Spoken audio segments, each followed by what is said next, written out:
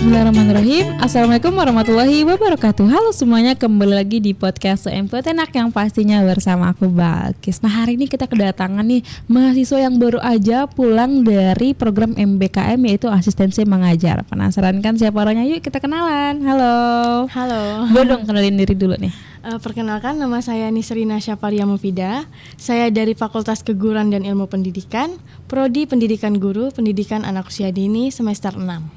Oke, gimana nih perasaannya setelah pulang nih? Selamat datang lagi di Pontianak ya. Sangat menyenangkan bagi saya. Oke, nah kemarin asistensi mengajar itu apa sih Kak? Asistensi mengajar itu lebih masuk ke program MBKM yang tugasnya itu mengajar di sekolah. Kayak bisa jadi mengabdi di sekolah kayak gitu. Oke, nah untuk Nisrina sendiri berarti segmen di anak PAUD ya? Iya. Anak pendidikan anak usia dini. Iya. Nah itu kemarin kemana sih asistensi mengajarnya? Kebetulan saya itu asistensi mengajar di Arwo, tetapi saya bukan di PAUD-nya. Saya lebih ke SD. Itu SDN 01 Arwo. Saya mengajar di kelas 1, 2 dan 3. Sebenarnya untuk sekarang itu guru PAUD tidak hanya bisa mengajar di PAUD saja, tetapi bisa masuk ke sekolah SD, sekolah dasar. Tapi hanya bisa di kelas 1 dan 2 dan 3. Sekolah gitu. dasar, Iya. yang paling dasar lah ya, kelas paling dasar. ya. Oke, nah kemarin waktu sebelum kita beranjak ya ke kegiatan asistensi mengajar ini, tahu informasinya dari mana sih?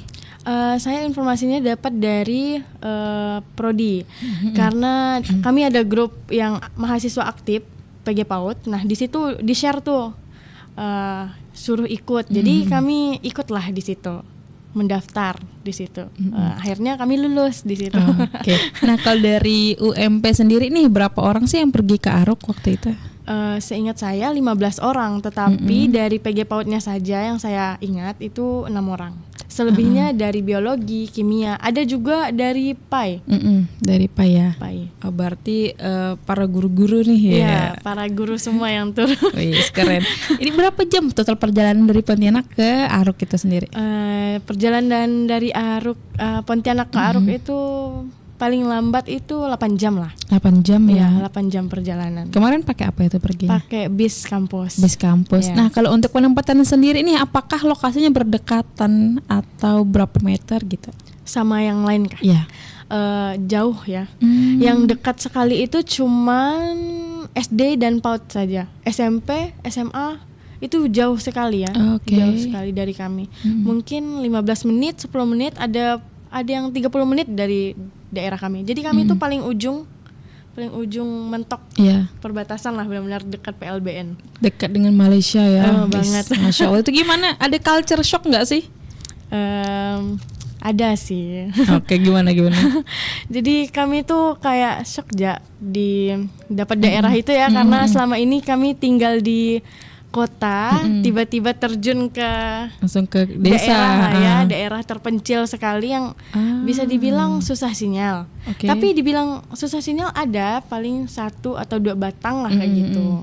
Mentok-mentoknya roaming kayak gitu. Roaming, oke.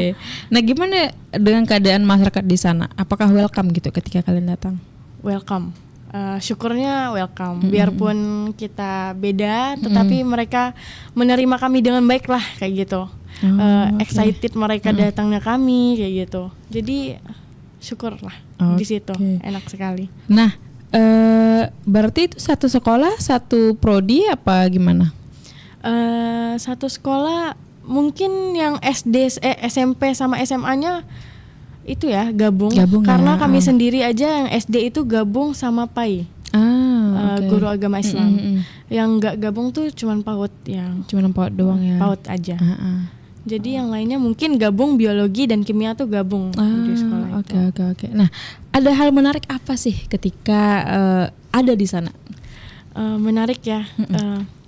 Anaknya, lingkungannya, apalagi kami di sana bisa dibilang orang baru lah kayak gitu ya.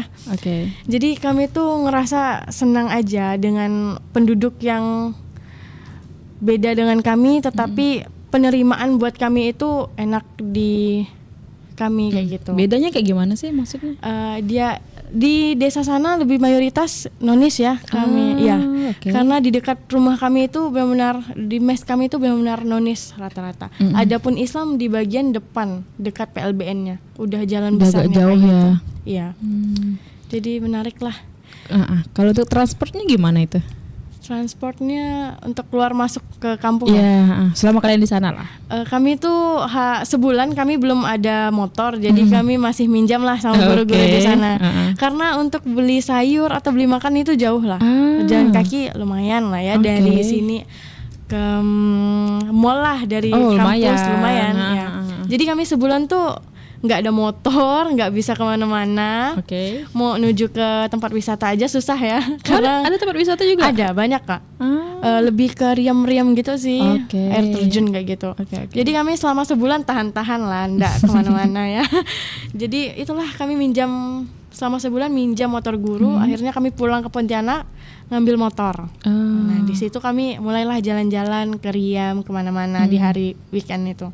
Itu seru sih. Iya, itu berarti mengajar sambil bermain ya. Benar-benar PAUD lah ya. Iya, gurunya juga pengen main nih gitu. Belajar sambil bermain, menelusuri alam ya. Gitu. Nah, apa sih motivasi dari Nisrina nih mengikuti program ini? Kan karena tahu jauh ya. Iya. Menurut saya mengikuti asistensi mengajar itu dapat mengasah pengalaman kita mengajar. Nah, kita tuh di situ kita dapat pengalaman karena di kampus selama kita belajar itu beda turun lapangan. Jadi kita dapat kontribusi lah dengan dunia nyata pendidikan kayak gitu. Jadi mengasah kita lah di situ. Jadi kita tahu dapat menghadapi anak dengan nyata, cara mengatasi anak kayak gitu. Jadi kita dapat belajar banyak lah kita pergi ke sana. Masya Allah. Nah dari kampus sendiri apakah ada support nih? Ada Kak, karena kami dapat support setiap bulan. Selama 4 bulan kami di sana, kami dapat biaya hidup 1,2 juta, 1,200,000 satu orang. Per orang ya? Iya per orang. Itu untuk biaya hidup sekalian uang saku juga ya? Iya, selama di sana sebulan. Nah kalau untuk prodinya sendiri, apakah memudahkan nih? Dari segi nilai ya pastinya? Alhamdulillah memudahkan Kak. Kami di situ dispensasi ya kalau misalnya. Jadi nilai kami nggak perlu belajar di online tuh nggak perlu lagi. Jadi nilai kami A semuanya. Alhamdulillah A semua. Jadi nggak ada yang ngulang. Jadi kami konversi ya. Iya, konversi. Dikonversi. Oke, berarti kan dari prodi maupun kampus sangat mensupport ya kegiatan ini ya. Sangat mensupport. Oke. Nah, berapa lama waktunya kemarin? 4 bulan ya? 4 bulan dari Agustus tanggal 12 sampai 13 Desember baru kami pulang. Iya. Nah gimana perasaannya ketika pulang? Itu kan kayak di TikTok atau Instagram kan kayaknya banyak yang sedih gitu ya. Iya. Nah kalian gimana itu? Sedih juga, senang juga karena kami harus berpisah kan dengan orang-orang sana yang selama 4 bulan kami di sana terus sama orang-orang sana. Anak-anak murid udah dekat dengan kami. Di satu sisi sedih, di satu sisi senang nih balik lagi ke Pontianak nih. Dapat sinyal banyak ya. Udah terlepas dari dari sinyal yang nggak ada kayak gitu, dari air yang nggak ada kayak gitu. Sempat nggak ada air juga. Ya ini ada kisah lucu lah dari saya. Kami tuh pernah 4 hari nggak ada air sama sekali. Air mandi? Air mandi. Oke. Karena di sana itu lucunya kalau hujan, air ledeng atau air gunung tuh nggak jalan. Beda kan dengan di sini ya. Kalau air hujan, air ledeng tetap jalan. Kalau di sana hujan, makin hujan turun lebat, sana kami nggak punya air. Kok gitu? Karena kan di sana air gunung ya. Jadi tuh kadang kesumbat. Kata orang sana sih kesumbat dengan pasir-pasir kayak gitu. Jadi nggak bisa lah air tuh.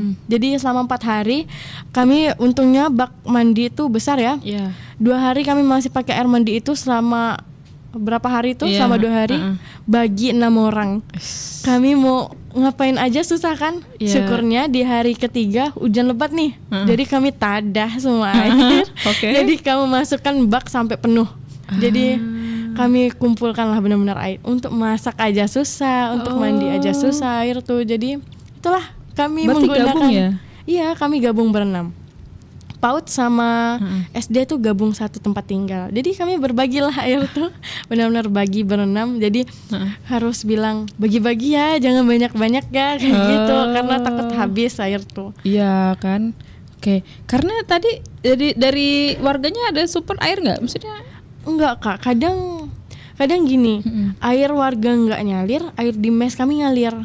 Kayak gitu. Jadi ada beberapa orang warga itu numpang mandi di mes kami karena mes kami yang paling lancar air, tapi kalau nggak lancar tuh kering, kosong. Kering banget ya. Iya. Jadi lancar ya lancar, kosong ya benar-benar kosong air tuh, air mandi tuh. Jadi kadang kalau misalnya orang nggak jalan, kami di mes tuh jalan. Jadi orang tuh pada numpang di situ, numpang mandi. Karena mereka keringan ya. Iya, kekeringan sekali. Kalau listrik gimana keadaan di sana?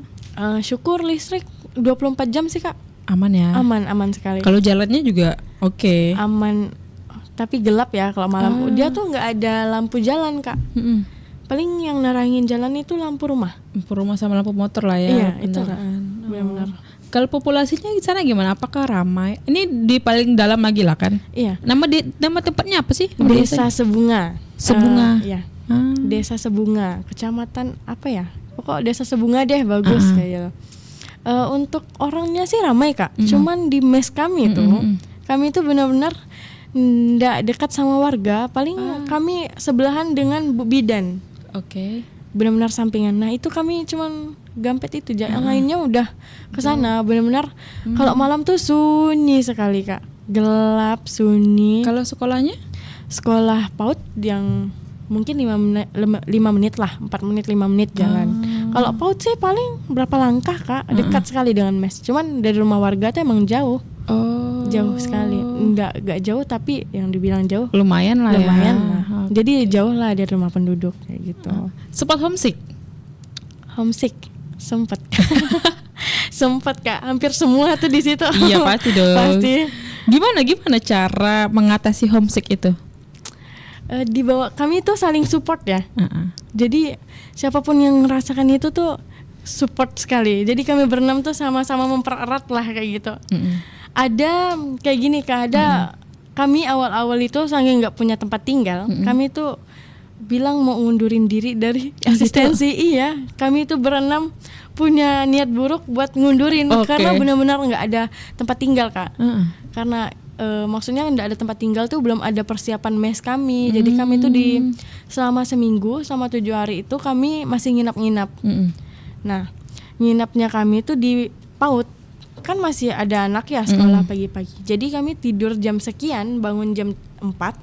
Tuh kami bersihin, ganti-gantian mandi kayak gitu, masak. Habis itu kami bersihin lagi nih karena kan masih mau digunain ya.